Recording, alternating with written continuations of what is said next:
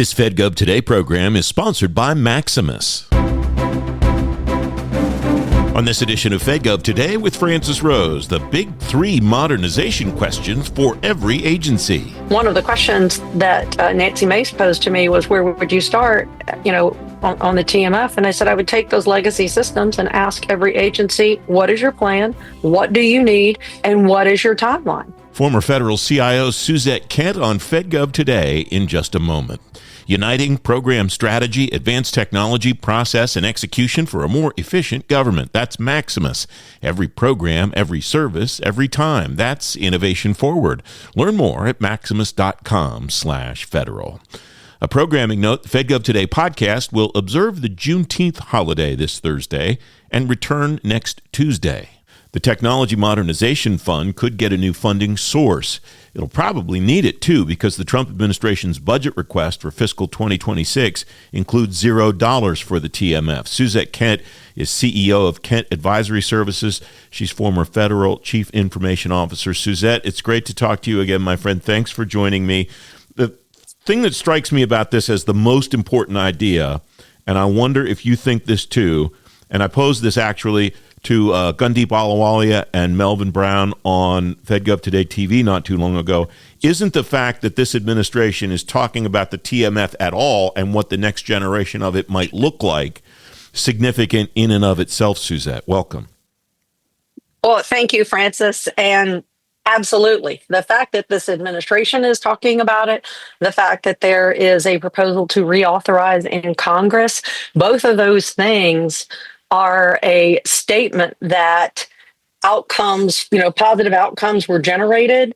The value, has been delivered. We learned some things, and there's, maybe opportunities for tweaks, but it's been an important source of funds for modernization and kind of rapid action and multi-year funding. So I'm thrilled to see continued focus, and absolutely agree that it's a recognition of impact. I quote from the budget justification: President's FY26 budget request includes a government-wide general provision that will allow GSA, with approval of OMB, to collect unobligated balances of expired discretionary funds from other agencies and bring that funding into the TMF. To further strengthen the TMF's ability to help agencies kickstart or accelerate their urgent modernization efforts, GSA and OMB are committed to exploring alternative funding mechanisms.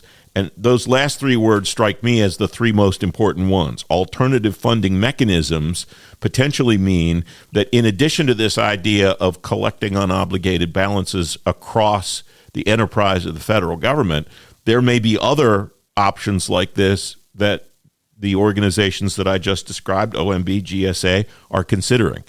What do you make of that, of those statements that come from that justification document, Suzette? Yeah. So I'm going to do a couple of things. I'm going to do those in order.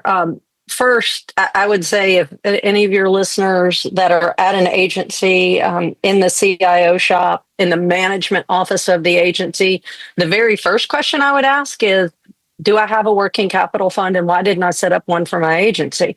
Because that was what was in the original MGE Act, that the agencies already have the authority to do and can do all the things, many of the things underneath the TMF in that same way. That being said, that the amount of those funds may be, directly in alignment. It may not be big enough, other kinds of things.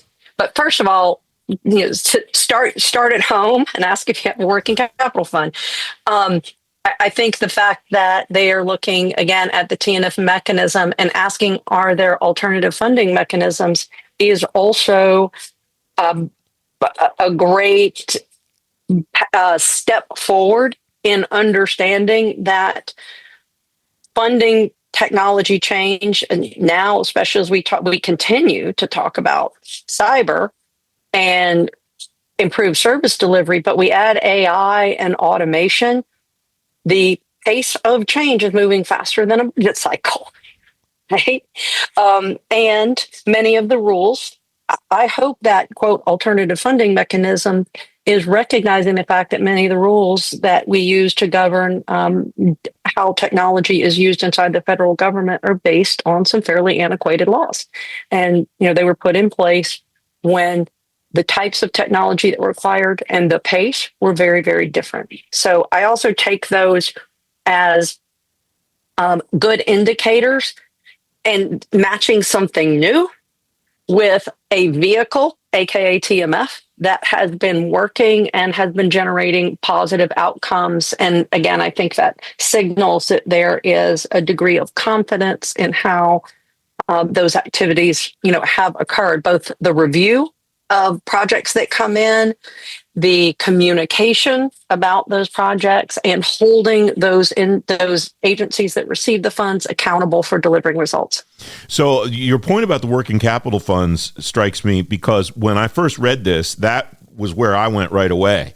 If I'm a CFO at an agency and my CIO has been dragging his or her feet about setting up a working capital fund, I'm not really happy right now, because this means GSA is going to take my money and give it to some other agency. Is what it sounds like to me. You could look at it like that. But I'm going to say this, at least in my tenure, it wasn't the CIOs that were dragging their feet on setting up the working capital fund. Okay, fair enough. Right? The decision to do that had to do with the agency head, the agency the agency CFO, and oftentimes the agency legal team in how they thought about the payback. So you could say, in many cases, I need my whole agency on board to do this and do it in the right way. So who is that, the spark who pushes it, or is that the leader who sets the tone? There's different ways you could go with that, but I agree with you that that's the first question that they should ask. Yeah, it's because I think anybody in the C-suite at any agency should be unhappy that some money that was appropriated to them is going to wind up in some other agency's pocket. So to that extent, then, is it possible that, or likely that this was meant as a forcing function to build those working capital funds? That's the actual intent here, and not that this money winds up coming back to GSA. Well, I don't have that crystal ball, but it certainly works. It certainly works in that manner. It also asks the question of, or it makes the agency ask the question, right? What do we want to do? And can, are we going to, do we have enough opportunity to own or do we have enough intent, foresight, action to own our own destiny? On the other side, every single dollar in all of this is American taxpayer dollars. And if there is some reason that a project did not occur, it was stopped for purpose, it was overtaken, by other events, a pivot was made because of X, Y, or Z, it's appropriate in many cases, if there is not a use, that it does go back for a better and higher use. So I kind of argue that one both ways, but if I'm sitting in an agency, I'm going to do the most and the best that I can do on my agenda first. And if in doing that, I have not exhausted my need of funds, it's absolutely appropriate, to pass it into the TMF and say, who else has something more substantial they need to get done? I want to thank you, by the way, for plugging my conversation with Gundeep and Melvin on LinkedIn. And I wonder what your response was to their comments about the payback mechanism and the requirements now that they're going to kind of go back, this administration, to what you were doing in the previous Trump administration with your leadership about having agencies. The goal was to have the agencies pay the money back.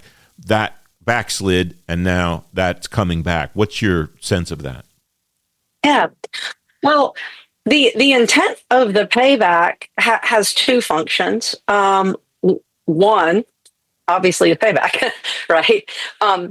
But the real, the more important thing is it makes all of the agency, and this is another one of the CIO, the CFO, and the agency secretary, or, agency management official, deputy secretary, whatever. understand that initiative and understand what they're going to spend and really dig in on the ROI. That's the intensity and focus we should actually have for anything that we do. What are we expecting to get back? When? How is that going to happen? And manage that, very intentionally. The payback forces you to do that. Now, and when the TMF was originally envisioned, it was about a couple of things: use of new technology. Well, first and foremost, modernization of significantly legacy technologies.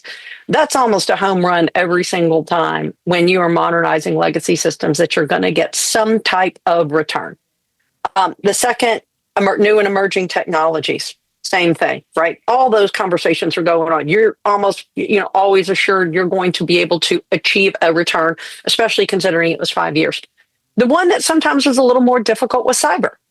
And, in the case of cybersecurity, you are preventing loss. You're preventing exfiltration of data. You're preventing disruption of operational activities. Sometimes how you look at, and you don't derive I saved this much, I stopped using this much, software, I didn't need this much operational, CapEx, OpEx, whatever. That one was where I think it got a little, softer sometimes. And, I think you have to ask questions of, what is the appropriate mechanism? Sometimes there are cyber events that are not planned. There are other cyber types of things that, if it's not in that agency's ongoing plan, that is part of their budget, that's a problem in itself. So I think if we are focusing on legacy modernization, if we are focusing on bringing modern capabilities into government, if we're focusing on eliminating paper-bound processes or antiquated processes, the payback is completely appropriate. Maybe there's some latitude, for cyber events, but you would also kind of ask, there's other mechanisms in the federal government that could address those as well. So I'm obviously, I was in favor of the payback because it forces the agency to be incredibly focused and precise on how that activity is happening. And it does align well with the major, the things that were the major focus, the place where I would always think about how might be, and does it fit, and maybe there's another path, is the cyber. What will you watch as this transpires? What are the markers that people should pay attention to see how this develops, Suzette? That's a good. So I think the markers that I would watch is, where we end up at the end of 2025 and what actually gets, procured, contracted, moved. I would watch what is in the agency specific plans for 2026. Because in a perfect world, those are the right processes for funding. I would also look at what gets cut, right? And what and why. When I recently testified before the House Oversight Committee with a group of individuals, one of the questions that Nancy Mace posed to me was, where would you start, on the TMF? And I said, I would take those legacy systems and ask every agency, what is your plan? What do you need? And what is your timeline? And we need to be that serious about it. And yes, there have been many of them that have been deferred in the past for reasons of risk or for funding. The indicators about how serious and what are the mechanisms first come out in agency priorities and budget. They come out in the priorities set by the agency leadership. And then the action comes from there. And, if people turn to the TMF and said, hey, we started this and here's a better path, or this unexpected thing happened, or we realized that our modernization plan was X, but we can actually do it faster if we have additional funding and we can do those things. Those are all good conversations. It's always great to talk to you, my friend. Always enjoy our conversations. I appreciate it. Well, thank you, sir. Great to talk to you as well. You can read more about the TMF on today's show page at fedgovtoday.com. The next FedGov Today podcast is coming next Tuesday as we observe the Juneteenth federal holiday on Thursday. You can listen to that show and every FedGov Today podcast anytime you want on Apple Podcasts, Spotify, or on demand at fedgovtoday.com. I'm Francis Rose. Thanks for listening.